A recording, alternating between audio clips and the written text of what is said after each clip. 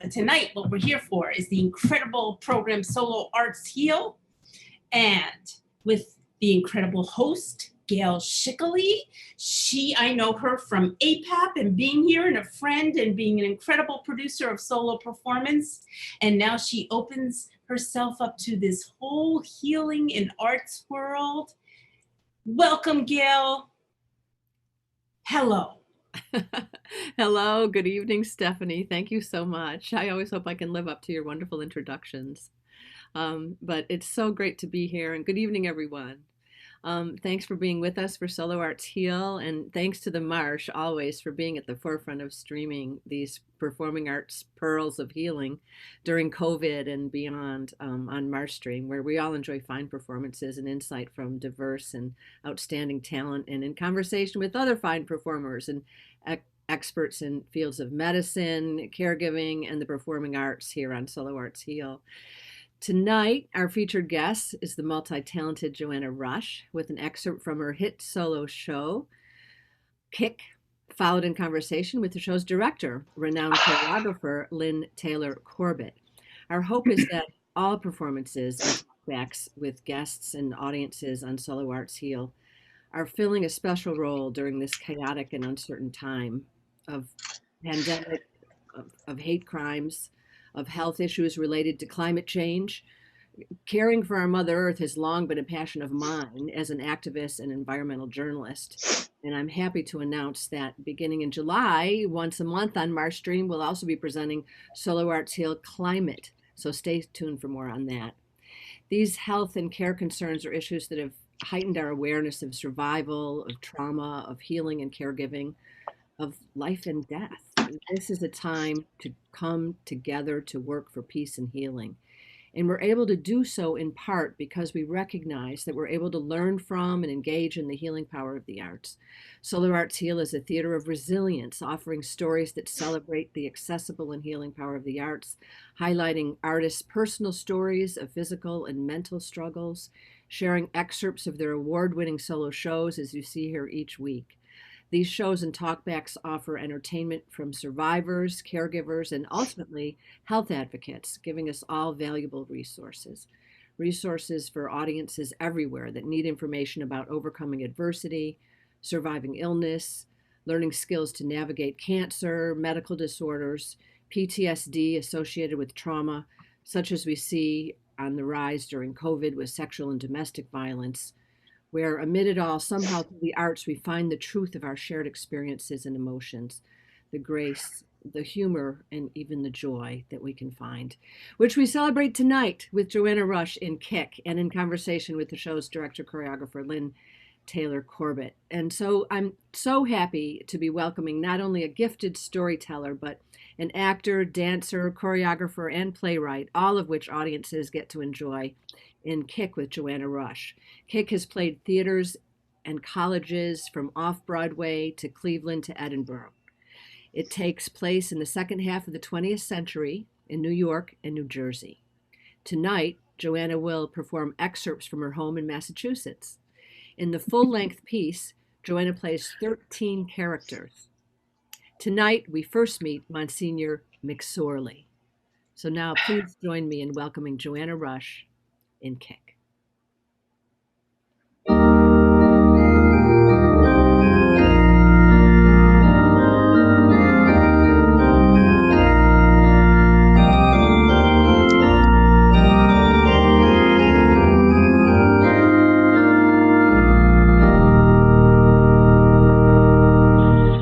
Behold, harlot, I am against thee, saith the Lord of hosts, and I will discover thy skirts upon thy face, and I will cast abominable filth upon thee, and make thee vile, and I will shew the nations thy nakedness, and the kingdoms thy shame. Those words were embroidered on my crib bumper. And apparently, I kicked at it so hard, my fat little foot went right through the slats. But I hadn't begun to know real shame until grammar school. Sister Nazaretta took it upon herself to teach us sex education, and she called on me to recite the guidelines. 1, necking, which is anything from the neck up, is not a sin. as long as you keep your mouth closed. 2, petting, which is anything from the neck down, is a mortal sin and will make you pregnant. And 3, this is my tabernacle, and only my husband will have the key. Oh, I dreamed about that husband with his special key. I'd lie in bed and fantasize about the crossing guard, Anthony Malatesta, who moonlighted at the A&P and filled my pockets with animal crackers. He was my husband. We'd get into bed on our wedding night, and the pillow would be Anthony, and I'd press up against him real hard and rub up and down until one night, not again! Shame on you, you little tart. This will be the source of your eternal damnation. Knock it off or you'll go straight to hell. So my mother was determined to get me married off. She took me to weddings every Saturday. Me and my best friend, Johnny Autorino. We'd travel all over the Archdiocese of Newark. People we didn't even know. Oh, Bernie, do you think they're going to have ring bearers? I don't think Johnny was interested in marriage. His big dream was to become a crossing guard, like Anthony Malatesta. But then in 5th grade, Sister Mary Perpetua took our class to see the Passion Play in Union City, New Jersey. And right there, during the flagellation of Christ, Johnny decided to become a theater director. And Bernadette, what would you like to be when you grow up? A nurse, a teacher, or a nun? I'd like to be a priest or a rockette. But I soon learned that both those careers were out of reach. So I decided to become a saint. Sainthood was not at all removed from the realm of possibility. Those were my role models. And according to Monsignor McSorley, there weren't even that many requirements to become a saint. You have to perform a miracle, God or Mary has to appear to you, or you have to become the Pope. Of course, it was a whole other matter trying to decide what kind of saint I wanted to be. Oh, God. In 7th grade, it was the hermit saint. Then when I got my period, I assumed I had become a stigmata saint. Then in 10th grade, when I was named Outstanding Catholic Youth of the Year, Monsignor really got on my case about becoming a nun. I don't know, Johnny. The convent could be a stepping stone to sainthood. Yeah, but Bernie, nuns and priests can't get married. And by that time, I was dying for that husband with his special key.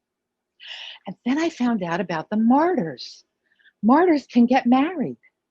You can be a martyr no matter what. Well, as long as you're Catholic and you're willing to die. Boy, was I willing to die for the church, for my family, for America, but especially for boys. Schickele chick, chala chala, Schickele chick, chala chala, Our Lady of Sorrows, ooh la la. Cheap little whore. Everybody else's daughter can jump up and down. She has to embarrass the whole family and turn upside down. And her poor mother, setting up in the stands with Monsignor McStarley, and her goddamn dress goes up over her head. You think Monsignor didn't see all the way up to her Blarney stone? The dirty thing. And her poor brothers. Now how will they run out onto that football field with their heads up? That's it.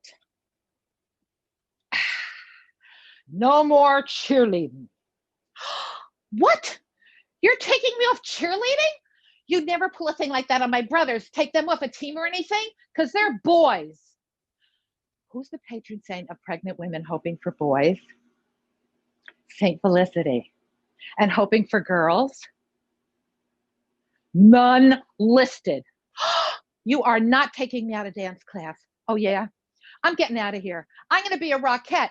I'll show you. Number 439. 439, Bernadette O'Connell. My right fan kicks? Just on the right side? Okay, no problem.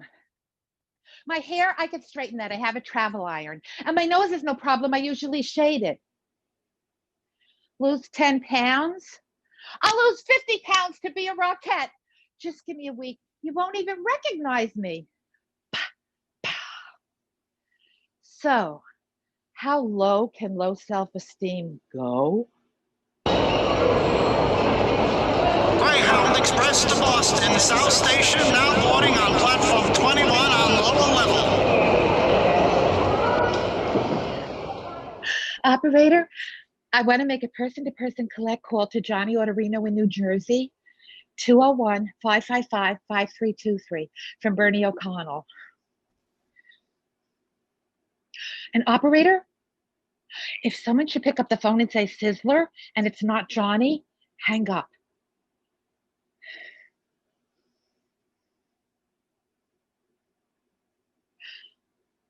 Hi, thank God it's you. I've been trying for 2 days. Yeah, I went to the tryout. Yeah, I did get the highest. They said lose 10 pounds and come back. Listen, Johnny, I'm in the port of authority. No, I'm not coming home. Yeah, my parents missed me so much they forgot to look for me. I know, but I'm making new friends. The hippies are so nice. They let me crash with them on the lower level. And you meet people from all over the world here. Like I met this guy, Brooklyn Bobby from Puerto Rico. He's an athlete, semi-pro football in San Juan. Plus he told me he had been the toboggan champ at Dannemora, this college in upstate New York. So I figured he was a jock and I could trust him and all, because he said if I needed money, which I do, he would hire me to sleep in his car, kind of like a private security guard, for $7 a night. Of course I was afraid, but I said to myself, Bernie, stop being so suspicious. It's a job and a roof over your head. So we started driving, looking for a safe place to park it, and we went awfully far uptown, way past Radio City and over a bridge, and he said it was Queens and he had family there. But pretty soon we were in a very deserted area with tall grass, and he parked the car and ripped open my dress. The nice white one Mr. Kane gave me after his wife died. And I told him it was a dead woman's dress, but he just ripped off the buttons and tore it to shreds. And I was trying to scream, John, but no sound came out. So I started begging. I told him I was Catholic, and I never did it before. But he just kept sticking this thing in me harder and harder. All I could see was blood. Well, I pretended I was dead, thinking he'd stop, and I could feel the car moving again. And I opened the door and jumped out. No, now he gets real mad, throws me back in, and it got worse and worse. And I was praying to God, please take me, please, I just can't take this anymore.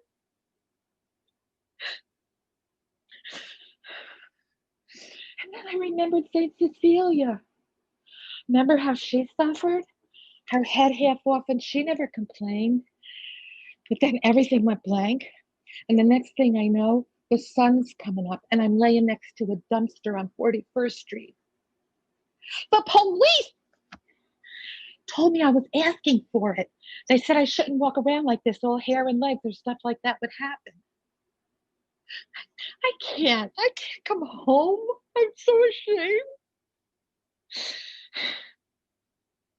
And I found out something about myself. I'm not really willing to die. No, I'm going to stick it out here till I make the rock cats. Then you could come in and we could celebrate. Because, Johnny, you know the good part of all this? I lost 5 pounds. 5,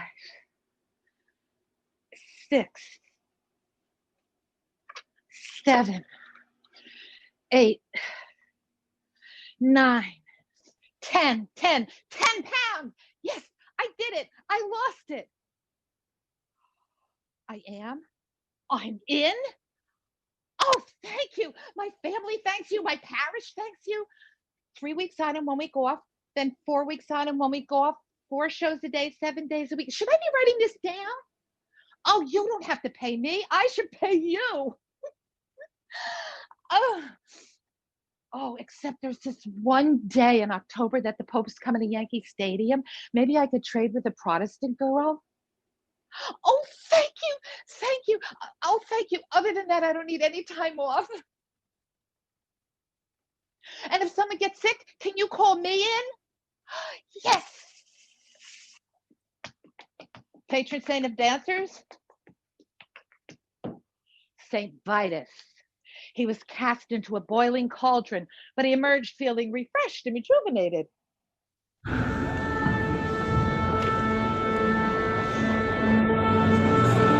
This is your 20-minute call. 20 minutes to overture, please. Oh, honey, you're like a hen on a hot griddle. Hold still now till I get the slap on your face. That's better. You got to just be happy out there. Hell, I played county fairs before this. You ever dance in manure? You will. Christmas show. In the nativity scene, the newest girl always gets to walk right behind the camel. Anyways, for me, this is just a stop along the way to the Miss America pageant. I just want to polish up my tap for the talent competition. Or I'll find a husband. Oh, honey, don't cry. Come on now. I know you're having a rough time. You think all men are like that Brooklyn character? Hell no. You'll start meeting a much better class of men now. Like, for example, the Christmas show, the guest artists are going to be West Point cadets. Now, they're real marriage material. They're smart, they're rich, and trustworthy. Hell, they get appointed by congressmen. Well, knockers up. So, since we're just doing excerpts and we don't have that much time, I thought I would quickly just tell you some of the things that happened and then jump back in at the end of the play. So Bernadette marries a musician and they have a son. And those were the days before anyone spoke about PTSD. But Bernadette's been having bouts and the marriage breaks up. Go. Leave the car, the credit cards, the checkbook. She loses custody of her son. She runs off to Hollywood, where she appears in a movie called A Killing Affair, starring O.J. Simpson. I swear. A chorus line brings her back to New York and the AIDS crisis. She loses her best friend, Johnny, and gains custody of her son.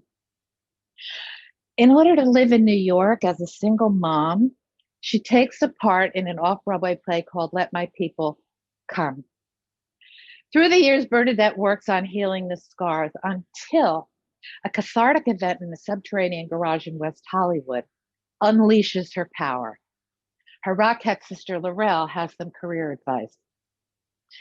Listen, honey, I think it's time you hung up the tap shoes and got your ass on over to career transition for dancers. Take the aptitude test. I did, and when the results came back, guess what I was best suited for?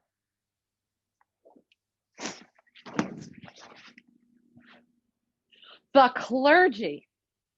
As an interfaith, interspiritual minister, I get to study the Bible, the Torah, the Quran. I try to balance my yin and yang. I've written hundreds of sermons. I might visit a mosque on my way to a Seder on Palm Sunday. I love doing weddings, baby blessings, memorial services. But you know the best part?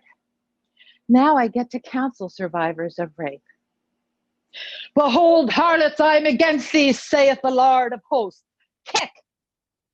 Maybe my father was right. Maybe I am giving off something funny. Kick! The police told me I was asking for it. Kick! Kick! Kick the stigma, kick the shame, kick the status quo, and then kick for happiness. Kick for wholeness. Kick for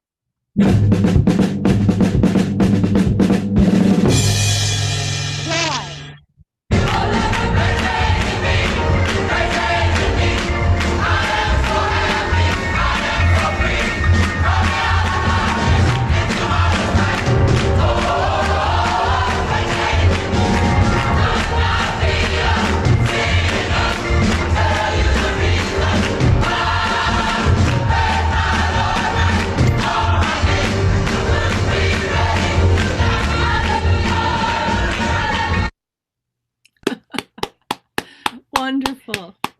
Thank you. Thank you so much, Joanna. That is such a powerful story. I just so appreciate you performing it for us tonight. A story of rape, betrayal, and redemption. And taken the form now of this renowned performance piece, and it's now available as a memoir. So I want to talk to you about that. Let's bring in to conversation your director, Lynne Taylor-Corbett, who's also going to be proudly helping you present Kick this fall. First, I do want to remind the audience that posted in the chat is the tip jar that Stephanie mentioned. The Marsh receives 70% of its funding through ticket sales, and there are no ticket sales, so any support you're able to give is much appreciated. And also, we encourage questions from the audience, which you may post in the chat, and we'll answer as many as we can. Our producing director, Brian, and production assistant, Brianna, will help us keep an eye on that. And now, I'd like to welcome into the conversation with us Lynne Taylor-Corbett, who is nominated for 2 Tony Awards for her direction and choreography of Broadway's Swing, in addition to a Drama Desk nomination. She's choreographed Broadway's Chess and Titanic and many off-Broadway shows. She co-wrote and directed Out of the Shadows for the National Women's History Museum, featuring Meryl Streep, Glenn Close, and Jane Alexander at City Center. Her adaptation of The Lion King is in its 7th year at Disney Hong Kong. So many. You've seen her choreography in Footloose. There's a lot she's done, and I'm so honored to have her. She's choreographed for numerous dance companies, including the American Ballet Theater, Alvin Ailey American Dance Theater, and New York City Ballet, most notably Seven Deadly Sins, featuring Patti LuPone. Welcome. I'm so glad you were here, Lynne. Oh, thank you so much, Gail. I am thrilled to be here, and I think that I have to say that working with Joanna and helping develop this piece over the years is kind of a through line to many years of my life. And just quickly say that one of the most fascinating things to me in our history as 2 artists and 2 people and 2 very good friends now is that we never had an ending to the show until Joanna became a minister. so we kept trying different endings, and it was all unfulfilling. And then finally, truth provided the perfect circular gesture to the piece. And I just find it very ironic. Sometimes you have to wait a long time for things to be right. It was worth the wait. Oh, absolutely worth the wait. That's great. What a great story. I want to say a few more things about you, Joanna, because I know that it listed in the advertisement, the page on the Marsh, but you have just amazing credits. Not only your writing, originally this was called Asking for It, later became Kick, nominated for an Off-Broadway OBA award. It was developed in Kirk Theater on Theater Row, New York Society of Ethical Culture, other places. You've performed at Lincoln Center Atrium, Peter J. Sharp Theater at Playwrights Horizons. And you were chosen to perform sections of the play for International Women's Day, sponsored at the United Nations Council on the Empowerment of Women and the Hunger Project. And you've on Broadway, you've been with Who's Cafe, Shirley MacLaine at the Palace, and in a chorus line, and at the Schubert Theater in Los Angeles, and many off-Broadway shows, film, and television. And your book. Do tell us about the book, Kick. Yay. Yeah, I have a book. It's called A Fictive Memoir. And oh gosh, I don't know what to say about it. But it's, you can get it at Barnes and Noble online. But it's I wrote it. We got a little frustrated. Like there was a time where people didn't want to do Asking for It because it was about rape, and they said nobody wants to see a show about rape. And then I said, you know what? I'll just write it, and it was really a wonderful experience. I mean, it's based on my life, but it's a fictive memoir, so I take off from the. I have poetic license, in other words. So anyway, I holed up by myself and wrote it, and I really love the process of writing it. I like the being alone as much as I love being in the theater with lots of people. So it's been a good experience, and it got great reviews. But you know what happened? When it was called Asking for It, it was on Amazon, and it got these great reviews from people I didn't know, and they were all published. And then we changed the name to Kick because lots of reasons, including that I'll tell you in a minute. But anyway, when I changed it to Kick and I went through all that rigmarole, they wouldn't let me move over the reviews. So if Oh. anybody gets this book and they like it, please review it. Oh, absolutely. Yeah. Yeah. So why did you change the name? What you were going to? Well, just as we were about to open off Broadway, a woman was performing her solo show in Edinburgh, and it was called Asking for It, and she performed it naked from the waist down. Oh, that's a And great so one. we just thought, well, I can't compete with that. and the producers preferred a different name anyway, because they didn't want it to telegraph that it was about rape. Yes, I see. Which it's about so many other things, and the main thing is that it's entertaining, I think, but it's Absolutely. And you're working with Lynne. You told me that Lynne was the perfect choice as a director. That she said, in fact, that you're deeply spiritual and not, and very courageous. And you experienced many religions growing up too, Lynne, because your mom Yes. played the church organ. Oh my gosh, I didn't know you knew that. Yeah, my mom was in one of her 3 jobs because she went to Juilliard and could have been a concert pianist in a different time, but she was a church organist, and whatever job she had, we became that religion. So I've been a Baptist, Presbyterian, oh my gosh, I guess, what's the one, Episcopalian, and in every religion I joined the youth group and became very, profoundly connected to that religion. Wow, So I think I'm an interspiritual survivor. and so the interfaith minister here, we've got it all right here. Now, I brought up Irish Catholic, I have to say, and also in parochial schools, and we all know that there were problems there. So while both Kick and Sex and Power, through which I originally met Joanna, deal with sexual violence and healing from PTSD, Joanna was talking about and how equally important it is to healing from RTS, which was new to me, religious trauma syndrome.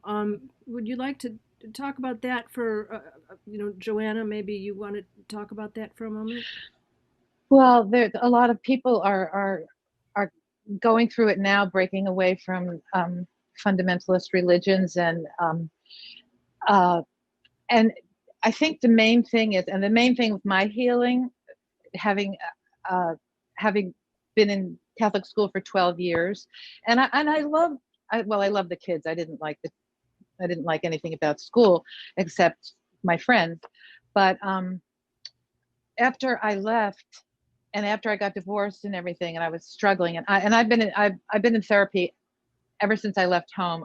Every single year, I'm always in therapy.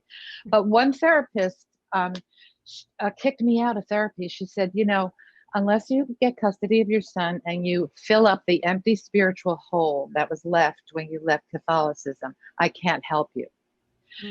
And that was just the most amazing gift that anyone could have ever have given me, because that started my journey, to find a self.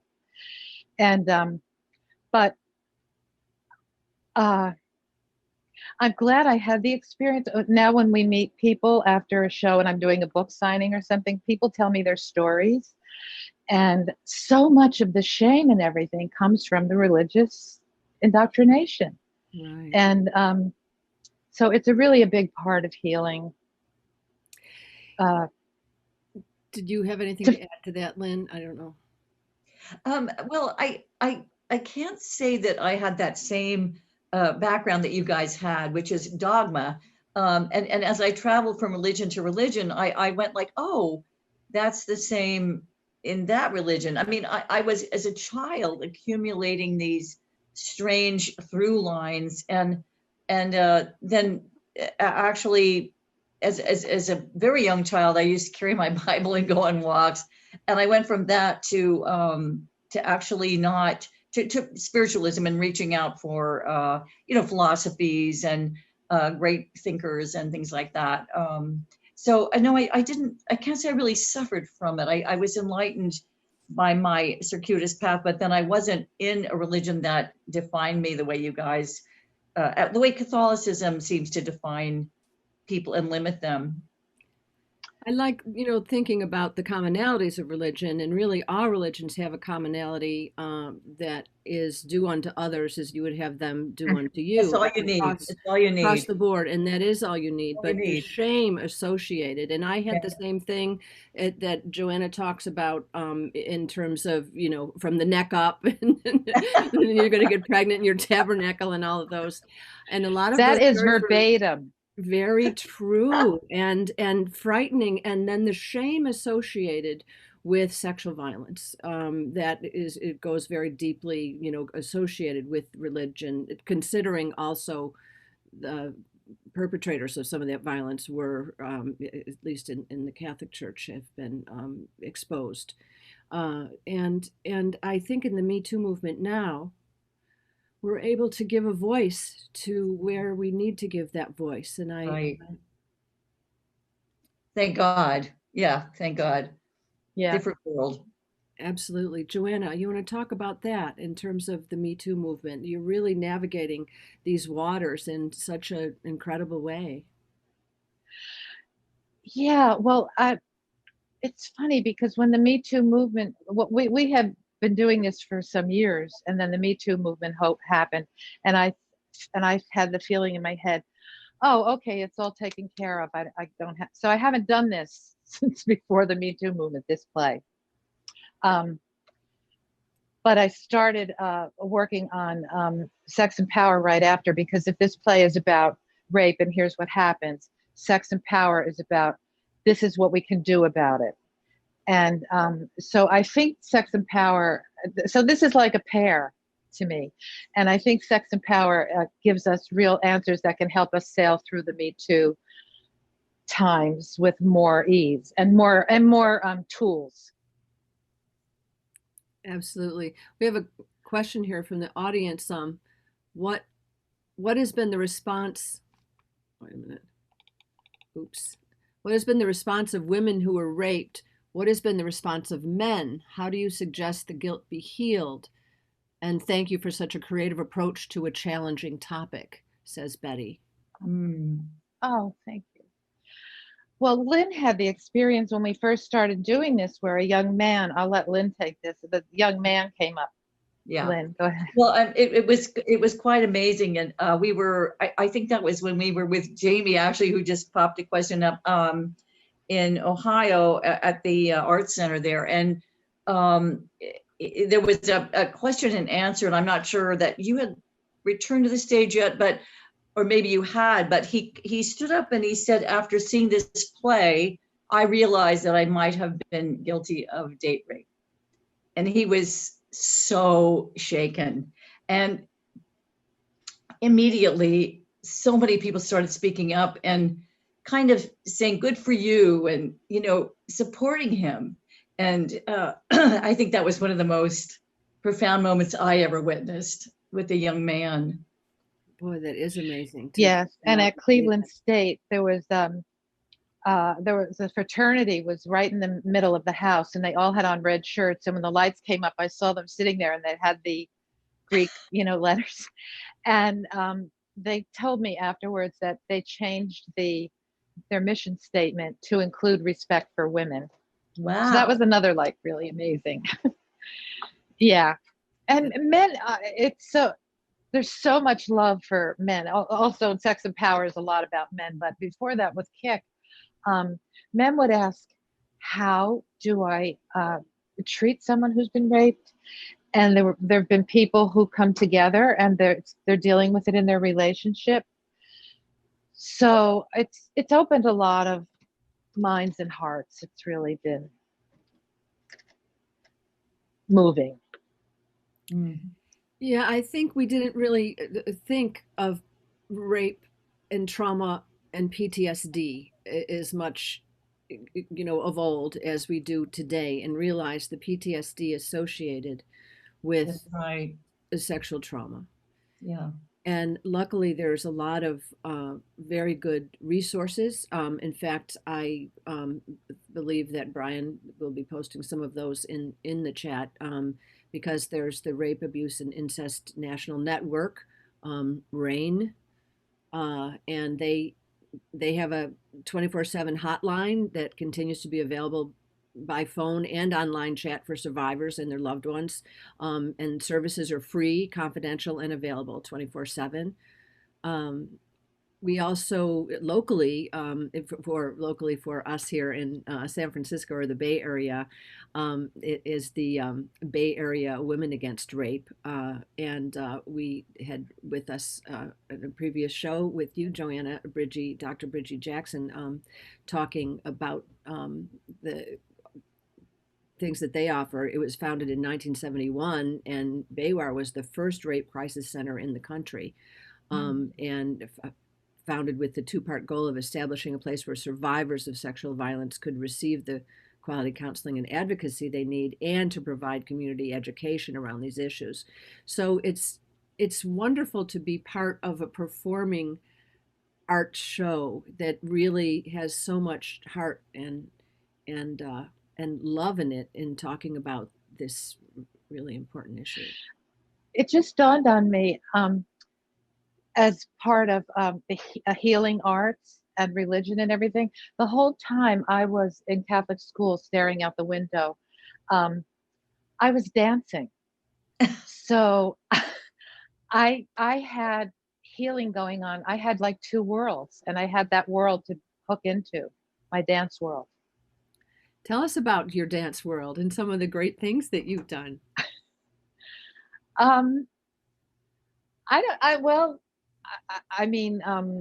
Let's see. Well, I started out as a rockette. That's so exciting. That was cool. I mean, to be able to go to the city and, when you're 17 and have a whole bunch of sisters. And, I've seen the Christmas show where you indeed have to, did you have to walk through the camel's manure? Yeah. Kneel in it. Oh, because no. If they poop on stage and they poop in your lineup spot, you don't dare ruin the precision. Right. Yeah. No. Yeah, that was good. Great working with animals. My husband used to play in the pit. He was a violist in the pit of in the orchestra, for those shows years ago. Oh, and you know what? I think Marty Fisher, who did the drum break for me towards the end, with the cymbal crash. I love him. Anyway, he was in the pit also, and I think he's here tonight. Oh, fabulous. Wonderful. Yeah, it was great. Yeah. No, so that's been great. I just, mostly I played hookers, but I love every single job I've ever had. So, and I love writing, and I love it. I'm even getting to love Zoom. Yeah. Not really.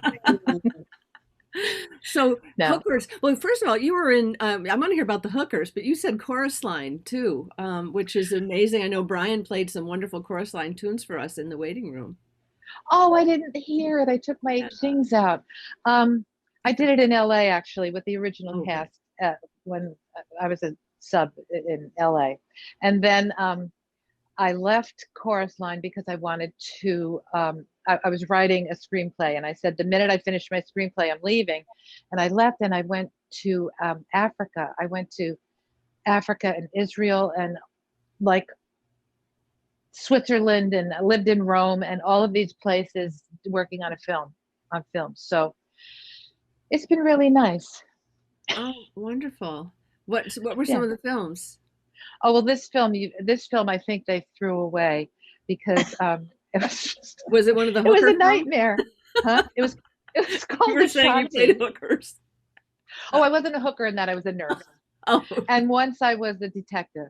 But other than that, I've been courtesans, hookers, and ladies of the evening. Pretty much. So you have to write your own stuff if you don't want to be, typecast so much. Yeah, great. So, and Lynne, tell us about you. Oh, I'm sorry. You have something else? No, Lynne was the traveling Cassie in a chorus line. I was the floating Cassie. That was my time. I was a floating Cassie. It was a very funny thing. I had auditioned for the original chorus line and actually then didn't go to the callback because I realized I was already meant to be a choreographer and then a director. But when the women got injured so much on the road, and the understudies were 20, Michael Bennett asked if I would come back. It would never happen today because the unions wouldn't allow it.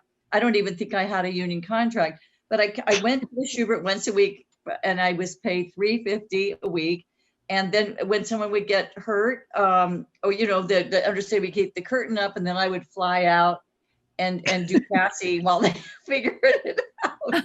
So it was really strange. And the great news is I still have my finale costume, because they never knew that I was going to go on or not, and so they just put it in a little suitcase and gave it to me and say, keep it just in case you ever go on.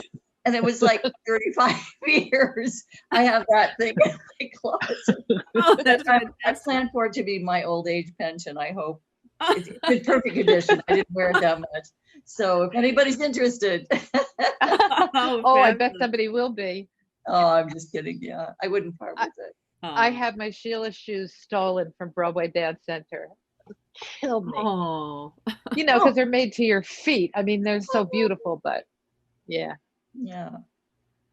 I'm trying to see. We're getting a lot of nice comments here. Valerie David says your performance was so amazing. Thank you, Joanna, for sharing your story. Incredible. Brava, brava. Jamie Benjamin, hello, Joanna and Lynne. We miss you so much in Ohio. Kick's one of the most powerful pieces of dramas that I have had the opportunity to work on, and I cherish the power of the piece. Hope to have you both back to LCCC soon. Yes. Oh, LCC, please have us back. We love you. And LCCC is Lorain County Community College. And on their campus is Stocker Arts Center. Oh, wonderful. And Janet Barlow is the artistic director. And Janet is like the mother of all my plays. And Jamie is the father. We developed them out there. Terrific. Wow. Yeah. And we do a workshop with the kids, and we do a residency. So we'll work on a new play and cast it, some of them from the kids, and we bring some people in from New York, some union people. And it's just such a fulfilling experience, isn't it, Lynne? Yeah. Oh, yeah. I mean, those are wonderful, wonderful memories. And I think the kids, we were able to, as much as, we learned from them, but I think we were able to give a lot of young people confidence in that. At that time, it wasn't a large theater department. And I really cherish those. And Bob Cuccioli remember Robert Cuccioli went with us and performed Shakespeare in some of the classes, and just really, really wonderful stuff they set up for us. They're great people out there. Yeah, it's great people, just great people. Right. As a matter of fact, 5 of those kids actually went on to have careers. Tim is a stage manager, and Caitlin and Stephanie, and they're all working. Yeah.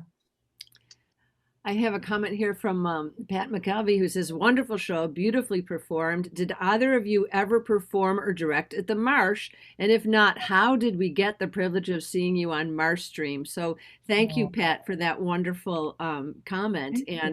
And we've had the privilege of both working with me and Stephanie, because, of course, Stephanie at the Marsh has a great eye for talent, and I am fortunate to be her friend and colleague, because we've been working together for the last few years at APAP, the Performing Arts Conference. It's in New York City every January, and I produce a showcase room there. Joanna showcased with me. And her show Sex and Power, and has just been a delight to come to know, and I am such an admirer of her work, and have read some of her other plays. In this play, Kick, you play 13 characters, right? Yeah. Which is incredible. And there's some other plays that we've talked about that I've read. In fact, what is the title of your play? Home Sweet Homeland. Home Sweet Homeland. Tell us about that. That's Lynne is also directing that. Oh, and Jamie, we worked that out at Lorain County at Stocker Arts Center also. Perfect. That's the one Bob Cuccioli came. That's about 9/11. I write very happy things. But I made one of the main characters a comedian, so it's funny. But amazingly, about is 9/11. you lived across the street from the World Trade Center when Yeah. the bombs went out. Well, when the When it plane came hit, I should down. say. Yeah, absolutely. That's incredible. Yeah. And I heard that. really, after writing about rape, I didn't really want to write about 9/11. But once I got my character, who is a comedian, I was like, okay. Well, it's to me, it's really not about 9/11, but about people literally trapped in that building, and also about someone who lost their life, the comedian who still pops in and is a commentator, and how people somehow move on, and that's what I love about the play. It takes an incident, but it really is about the human beings that didn't have anything to do with the incident, as politicians or any of that, and just have to translate it and get on with their lives and try to raise a kid. And it's, I love it. And the people come back to the neighborhood to create a better world. And so it's very relevant to what we're going through now. It is so much relevant. Yes. People trying to figure out how they're going to make this new world work. Mm-hmm. And then the other one, my other jolly play, deals with abortion. No, accidental mummies. It's got mariachis. It's fabulous. But I so appreciate that you can write with, as I said in general of people's plays, but it's so true with you, with such grace and humor, talking about very difficult subjects that we really, the general public, especially when you're talking about rape, you're talking about sexual violence or domestic violence, there's still the shame factor, and there's still people are afraid to talk about it, and to have a place like this, especially in a performing arts setting, and you can have a talk back, and you can, really get some resources and learn about it. It's so vital. Well, thanks to you and to Stephanie. My gosh, you are amazing people. Yes. Brant Murray here says, we've had wonderful support for the show over the years from wonderful people such as Mariska Hargitay, Law and Order. Hargitay, yeah, and Rocket alumni at the very special performance at St. Luke's Theater in New York City. Yeah. Yes, that was pretty awesome.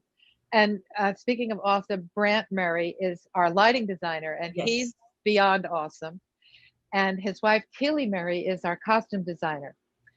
And because I'm holed up in the house, I don't know if Keely approves of this, but anyway, she's our costume designer. And our creative team, including Dean Tauscher, who did our sets, our creative team got together to bring it off Broadway. It was unheard of. I mean, we did a Kickstarter thing, and we had almost zero advertising budget, but we had the amazing Susan L. Schulman. And it's just such a love fest every time we do this. Mm-hmm. And that's all the love of the people who are behind it. That's great. Here, John McPhee says he and Jasmine Kamana are watching. Says absolutely incredible. We love you, Joanna. And Stephanie has a question. Hi. I have a question. Yay. Hi. Hello, that was wonderful, Joanna. And thank you, Lynne. Thank you. Great job directing. Beautiful. Thank you. So I just wanted to ask, so you're doing these stories, they all seem, many seem to be about trauma in your life or your fictive life. And wondering how these stories have helped you move through the trauma. And then on top of that, how, Lynne, if you see that, and what do you see that role potentially in that trauma movement? You know what I mean? Like the story, and then how it affects the people that get to see it. Do you want to start with Joanna's? Let's start with how it was healing, how it's been healing for me. Yeah. The writing of it. When I started writing Kick, I actually started writing Kick I was part of a grief counseling group in LA because John was dying. My best friend Johnny was dying, and I was in this grief group, and I started journaling, just journaling, and what came out was the Port Authority monologue. So I guess I had all this grief holed up in me for myself as well. So the writing of it was healing, and then but then I didn't want it out there. I didn't want my family to know. I didn't want to hurt my parents, so I held it in. And then being able to do it and feeling free and feeling how it was affecting people in the audience was so amazing. It's just so amazing. And then I noticed when I did Sex and Power, I used my own name and I own it. And it gave me safety by using the name Bernadette O'Connell and using a character. I felt safe, not like hiding behind it, but it just felt a safer way to tell the story. Mm-hmm. But any writing, one of the last times I did this, a young woman had a horrible, horrible story. And I said to her, "Do you write or anything?" And she said, "No, just poetry." Poetry. So she writes, and I've encouraged her to send stuff on the website or whatever, you can put it on the blog or whatever. Writing really, really helps. And acting really, really helps. Mm-hmm. Mm-hmm. Lynne, you're probably more articulate. No. And dancing. It's a very different thing because I think I was always in my heart a behind the scenes person. I mean, for instance, when the few times I did Cassie come out the stage door and people would come toward me to get an autograph, I would look behind me because I couldn't imagine they were coming toward me. And that's not because I have low self-esteem as much as I think I always saw myself as a more nurturing, guiding person. And that Joanna's story in particular and the other plays speak to me on a level of things that I want to be part of the conversation and the healing of the world too. And, I think that we just clicked on that level, and we were introduced through a male friend who said, "I don't know, there's this lady who wrote this one-person show about rape. I don't know. I thought of you right away." And so, we met, and then it was just, there was so much there and so much humanity. And I guess, I'm a storyteller at heart and just wanted to be part of making Joanna's stories come to life. Well, thank you. And I also worked with a male director, Walter Willison, who was amazing. And then he was in California. Yeah. When this nice thing Wonderful. happened. Yeah, very talented man. But what happened to him? I missed that. What happened? What? You said something. You were working with him, and Walter Willison. He was actually, I have been trying to make it more than a solo play, use other actors because I get lonely.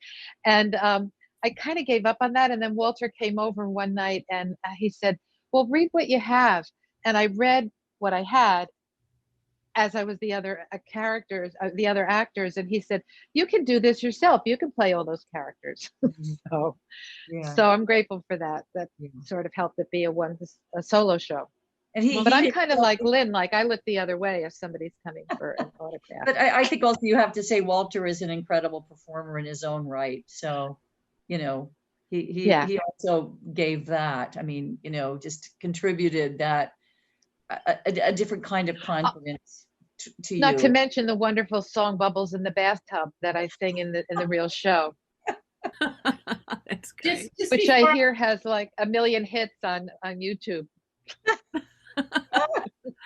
We're all going to be tuning in right after this. Just Bubbles in the Bathtub. I just want to say, well, of course, we'd love to do the show, Lynne and Joanna. If you could translate it all to Zoom. We're there. How fun is that? The whole thing to Zoom. Well, you know what? Somebody said to me today, I said what I was doing, and a friend said, "But is it theater?"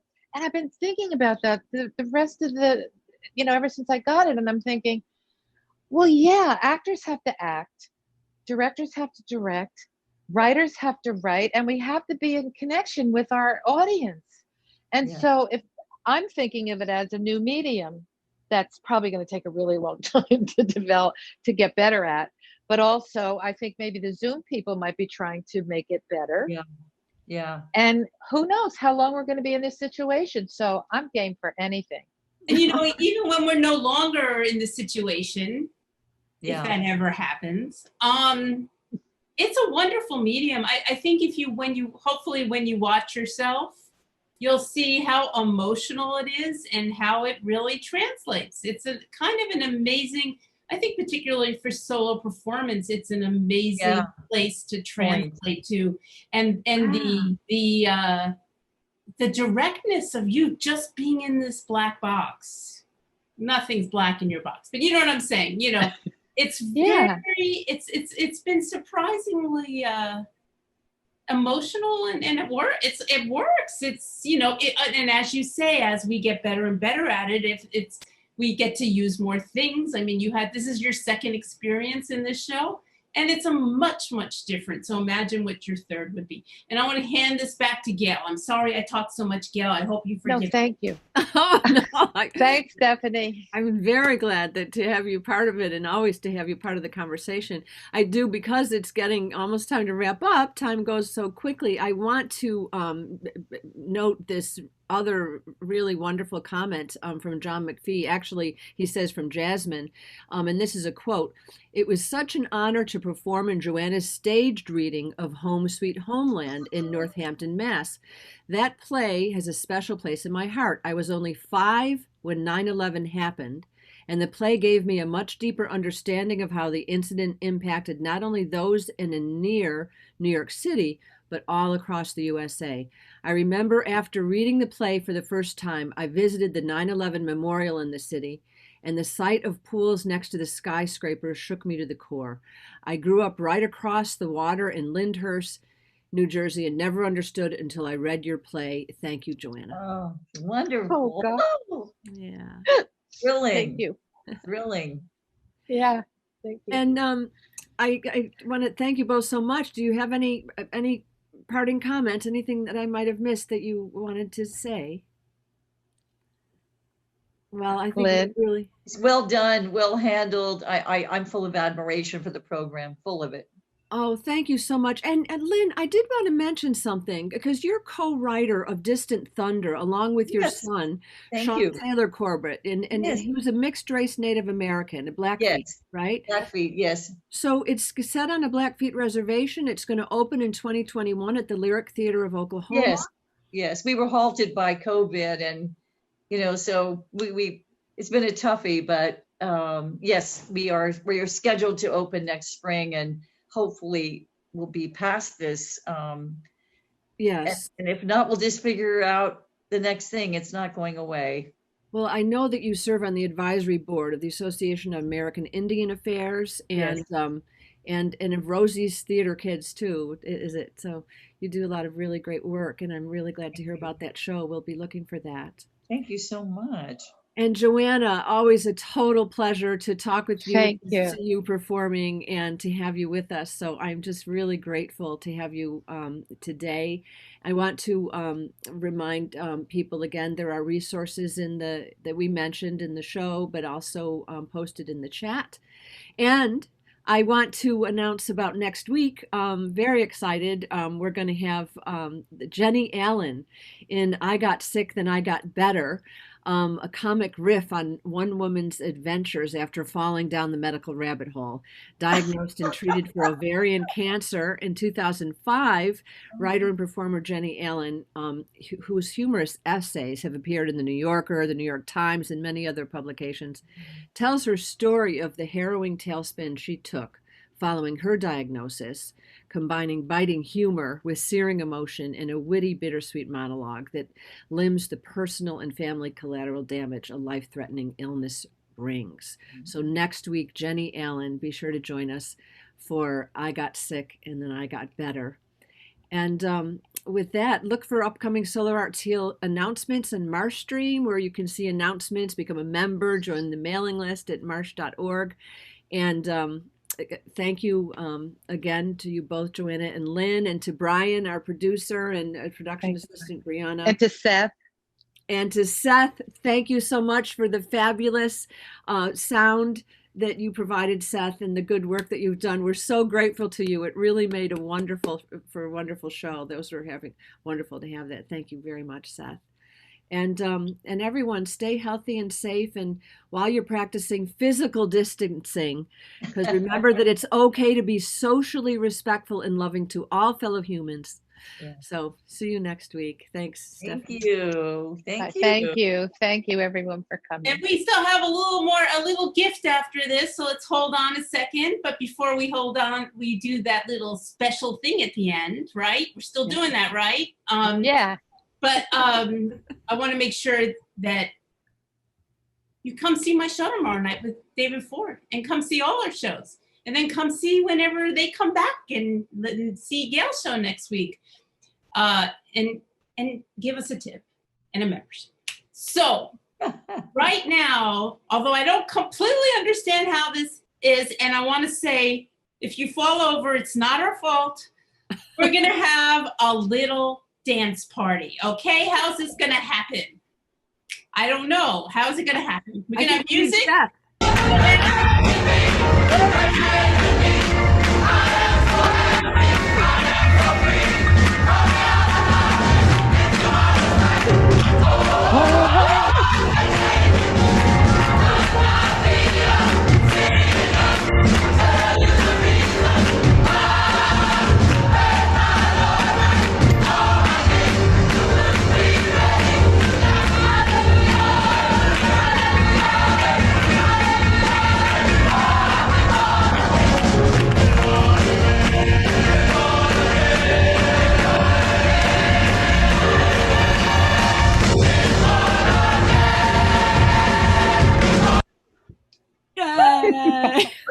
Good night. Thank you.